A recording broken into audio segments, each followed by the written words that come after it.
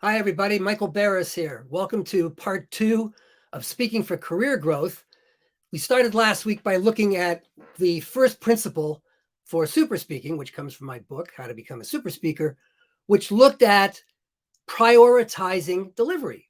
We argued that, well, you could have the world's greatest content, but if you didn't have a delivery that would make the audience listen and take notice and remember it, all that beautiful research you did creating pristine content could just go unheard. So that's why you had to accent your focus on your delivery. Now, this week, we're carrying on the same theme. And the principle today that we're looking at, principle number 2, is simply put on a show. Now, when I say put on a show, I'm not asking you to dress up in a clown suit and ride a tricycle around the conference room. Although you have to admit that you certainly would be memorable if you did that. I'm not so certain about how it would affect your opportunities for advancement, but perhaps you could get a good job at the circus. However, what I am talking about is creating impact by thinking more like a performer rather than just somebody who's laying out facts. Because let's face it, when you're speaking to executives, C-suite members, higher ups, customers, whoever, forget the titles. Forget the titles. They're just human beings who need a reason to keep listening. It's that simple.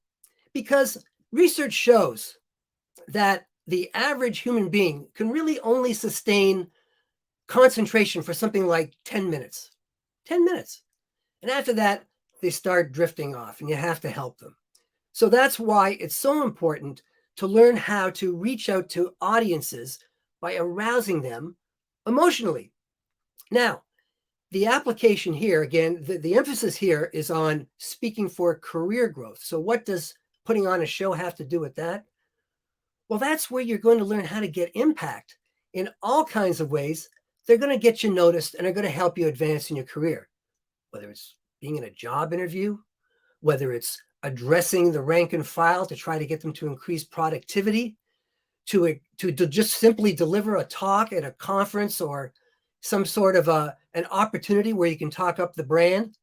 There are umpteen opportunities for you to advance yourself and to help the business by learning the tricks of a performer. Now, I don't mean tricks in the sense that there's false things here, but we are trying to create a favorable impression. Now, the thing to look at is this. Let me just go here. Hang on. Here we go.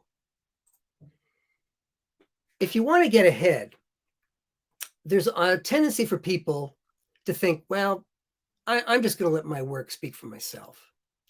And that's not the best plan. As we've talked about a couple times now, there's a lot of other things that are competing for the attention you're trying to get on yourself, which could possibly turn into some form of a promotion or a better job or whatever. You know, whether it's other people who are always promoting themselves aggressively, whether there's some kind of office politics going on, whether there are arcane structures in place where you need to spend so many years in a spot and wait for somebody to depart before you can move into a higher role, to simply being maybe more of a team player, being more social, whatever. The point is that don't expect to move up by relying on letting your work speak for itself. And it's really, really hard to do that if you're not used to talking yourself up. And that's something that we're going to learn here, is that when you learn how to carry yourself more like a performer, you're showing what you've got. You're showing up with confidence. And that's how you get to that level you're trying to reach, that next level in your career, perhaps.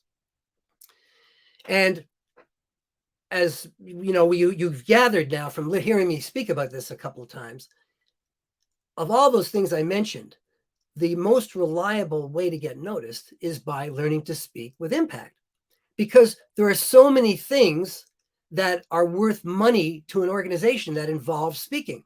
Or even if you're a nonprofit organization, that's how you achieve the mission, whether it's enticing investors, getting publicity, talking up the benefits of the plan, trying to find collaborators. The list goes on and on and on and on and on. So that's why today we're going to focus on putting on a show. Now,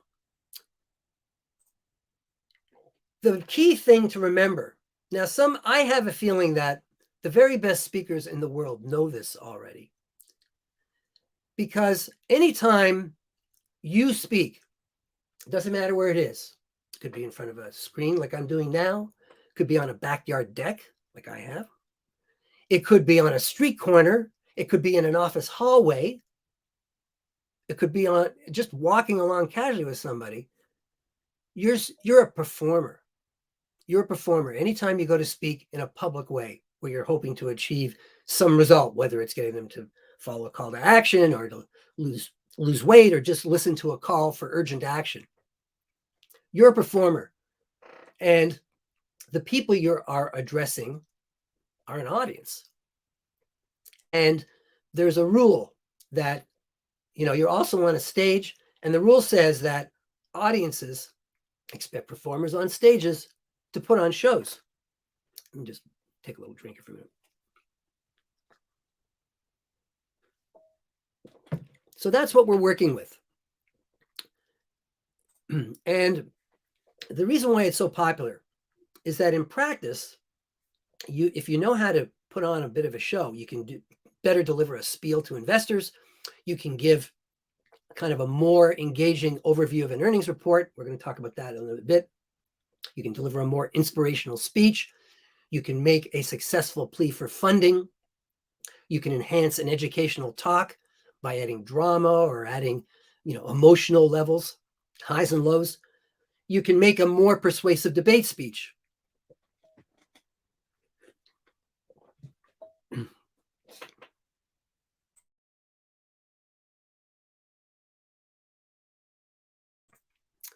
And what's more, if you're ever called on to speak at a eulogy, say for a departed executive or whatever, you also can hold the audience and tap into the mood of the moment. So all those things come from knowing how to put on a show. And here it is again. You can get engagement because you're transporting spectators into your world. You can create or reinforce a mood. You can drive people to follow a call to action.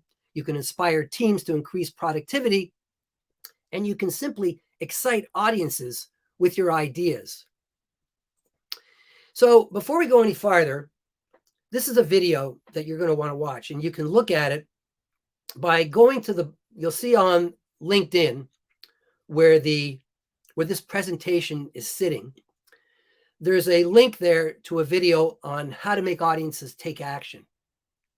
I urge you to click on that because the information you're going to get from it is invaluable.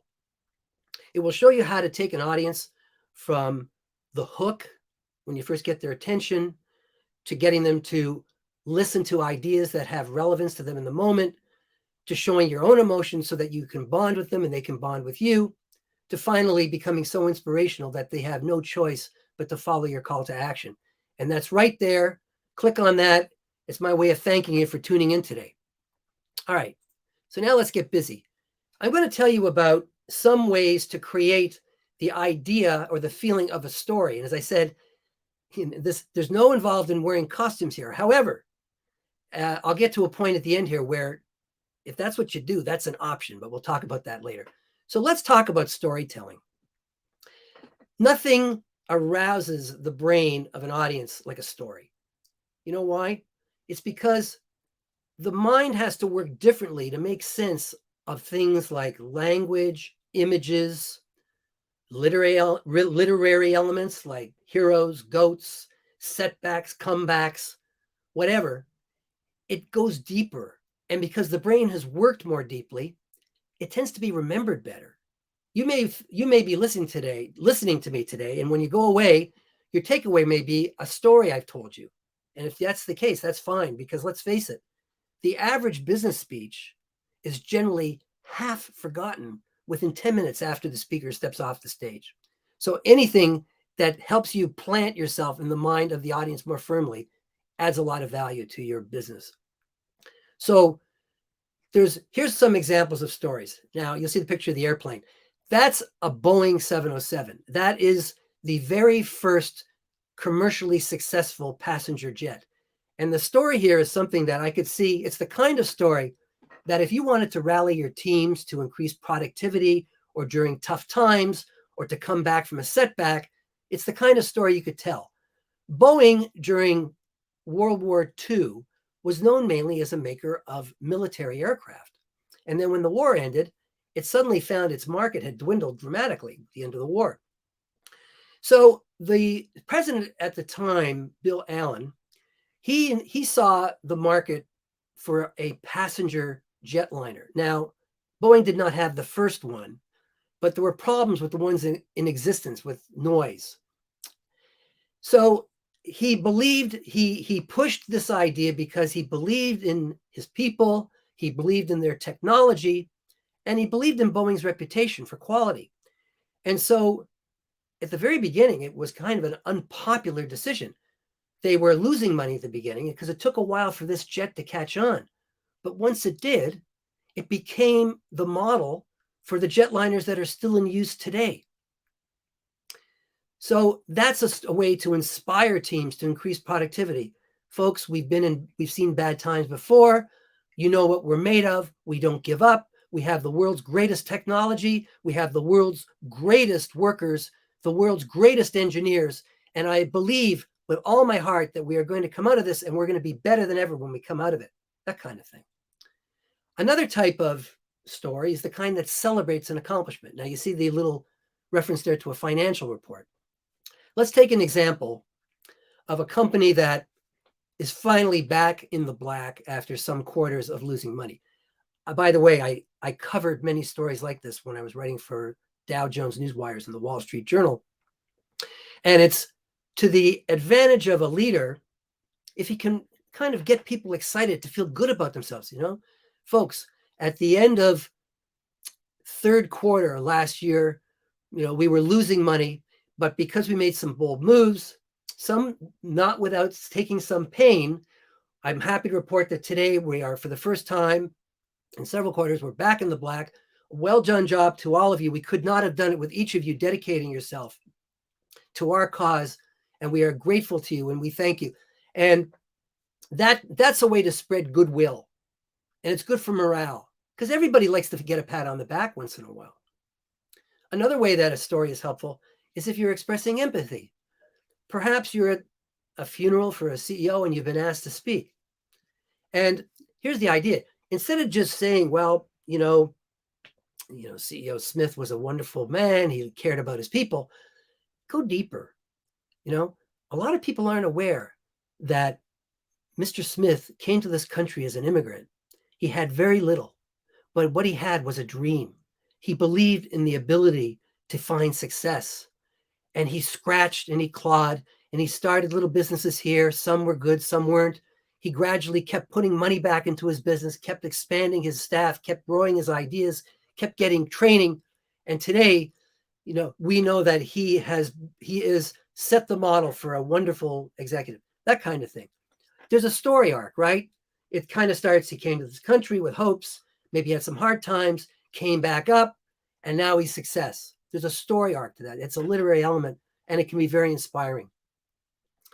And then you can just have the kind of talk which is destined to really close a deal. In that case, you may want to get their attention by saying, often there's small talk at the beginning. I remember a story that about 20 years ago, there was a situation just like this where a fellow wanted to buy a house and flip it, but he didn't have the confidence to call up the owner of the house at the time.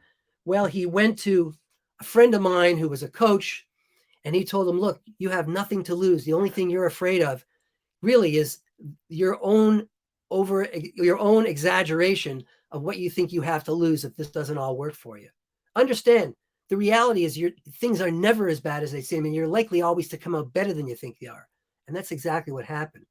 And with that, it encouraged this person with the story to say, yeah, you're right. I am simply dwelling too much on the negative. Let's do it. That kind of example. So those are some examples of stories.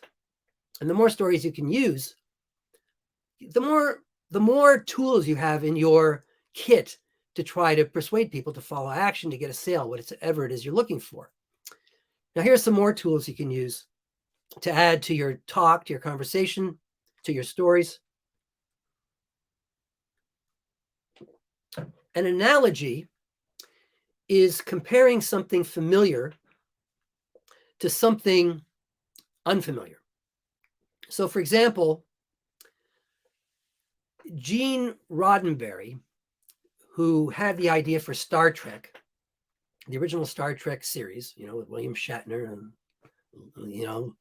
all those folks, Leonard Nimoy, he went to the executives at NBC. And at the time, there was a show called Wagon Train, which was about a wagon train migrating west to California.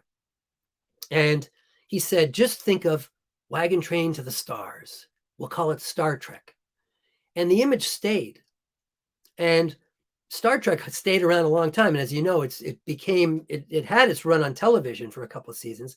And then it went on to it's become kind of a cult favorite, if you will. But that was an analogy he used. He took the familiar thing of Wagon Train and compared it to the new idea of Star Trek. Another analogy is found in the movie Forrest Gump. Forrest is dispensing homespun philosophy, which he's gained from his life, where he says, my mama always says that life is like a box of chocolates. You never know what you're going to get. Well, there he's spelling it out. It's like a box of chocolates, and maybe you have the kind of box of chocolates where they actually identify what each kind of piece of candy is, or it's the kind where you just pick it up and you never know what you're going to get. And that's what he's saying. So those are ways to bring ideas together to resonate in a more lively way in the mind of the audience. Another thing you can do is use statistics effectively. For example, if you were doing a talk on stroke prevention, you might say something like, well, one of the biggest concerns today in America is the threat of stroke. They're tending to affect many older people and even some younger people. And doctors are very concerned about it because there are ways to prevent this. Just cut to the chase.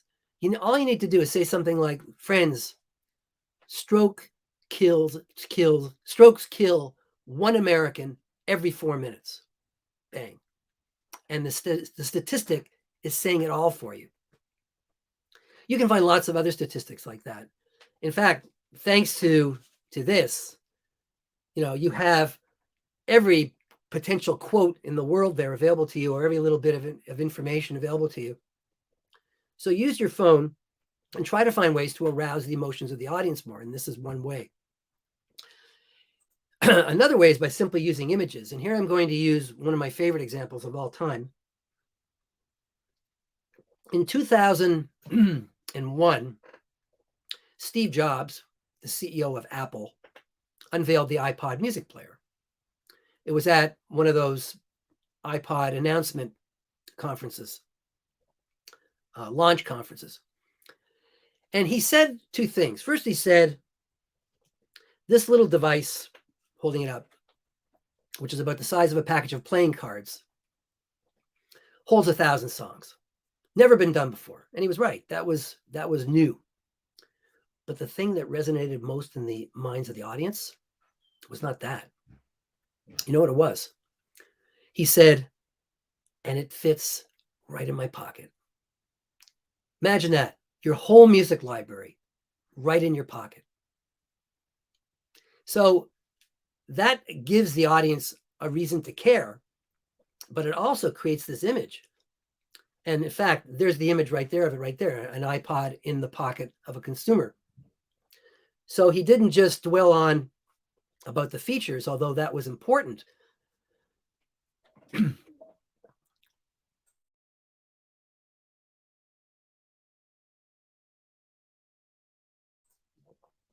But he did sell an image that you could keep in your mind with you.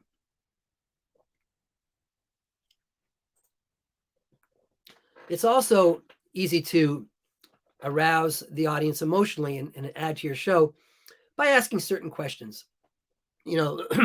They often can be simply rhetorical with the intention of creating the sense of a dialogue, because that is the big goal in public speaking.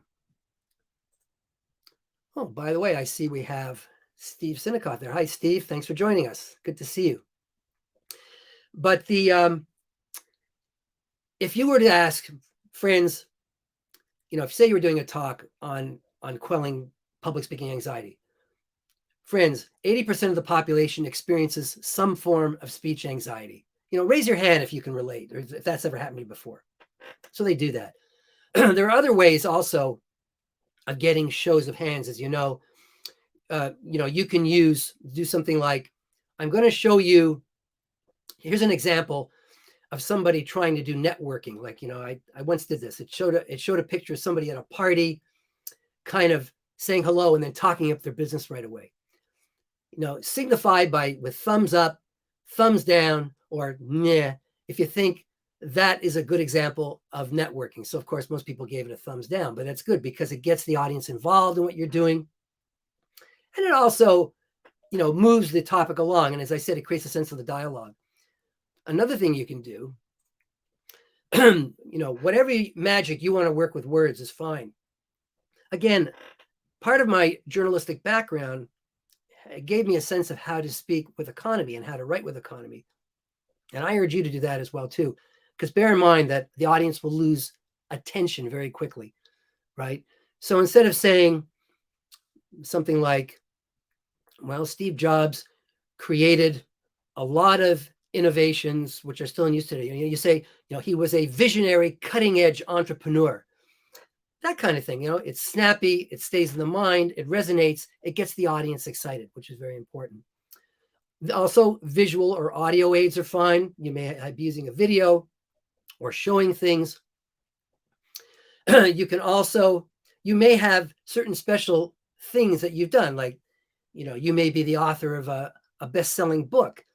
You may be a television star. These are obviously the kinds of backgrounds that get people speaking at gigs where they're getting $30,000 a speech, but it doesn't matter. You can also just be an author with a respected academic book who's doing a talk for less money, but nevertheless you can get a paid speaking gig. And you may have talents like the fellow in the picture, right? People get booked to speak who can levitate people, or at least they claim they can, right? They can read minds, they can predict the future, whatever.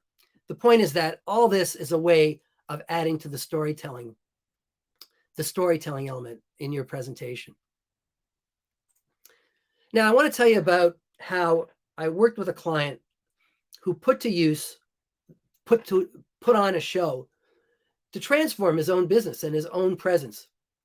Now, just so you know, full disclosure here, his real name is not Barry, but he didn't want his real name used, which is fine. And Barry had eyed a position as a leader for a long time. It was something he really wanted to do, and he finally got it. He was mostly known as being a technical problem solver. But now that he became a new leader, he found himself intimidated by the challenges that required him to put on a show. He had to talk up the brand at a conference. He had to find ways to inspire teams to increase productivity. He wanted to attract new clients. He wanted to become someone that people would want to follow, especially on social media, because as you know, the majority of the audience, say on LinkedIn and other social media sites, they want personalized marketing. That means that videos will work really well with them. But it helps to have a following to watch your videos. So how did we help Barry? Well, we used the principle number 2, which is put on a show.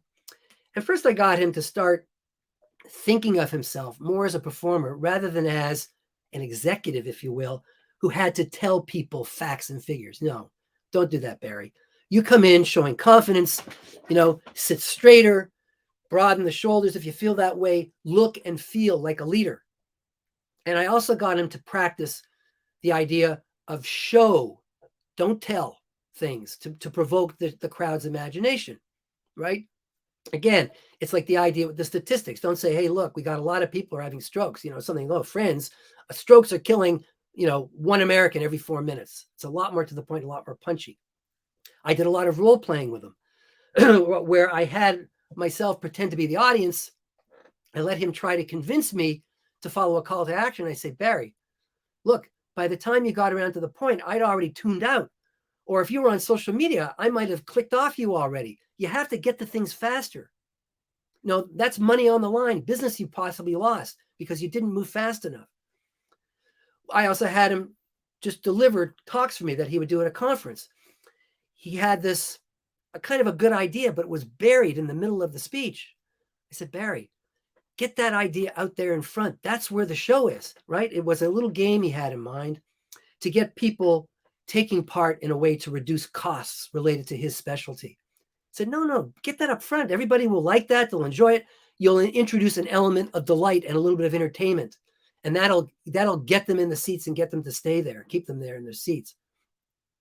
We also, got him to make videos where he was actually telling his story. I got him, Barry, I want you to tell me, what your mission statement is. And now he had to go back and kind of look at his life. He had a relationship with his father that he was trying to kind of heal from. And his work was where he found the healing. And he found that when he helped people with their problems, he felt more whole. And now this pushed him to create more technical discoveries and to solve problems.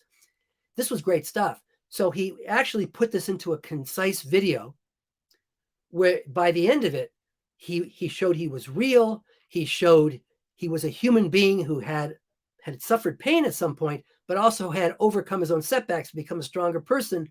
And now that was embedded in the value that he was bringing to the listeners. It was really good. And we also use those analogies like I told you about. And finally, we got him to present in front of a live audience and receive feedback. Because let's face it, friends, there are places where you can find an audience, but it's all about the feedback. There's no point in getting feedback from people who, frankly, who know less than you do.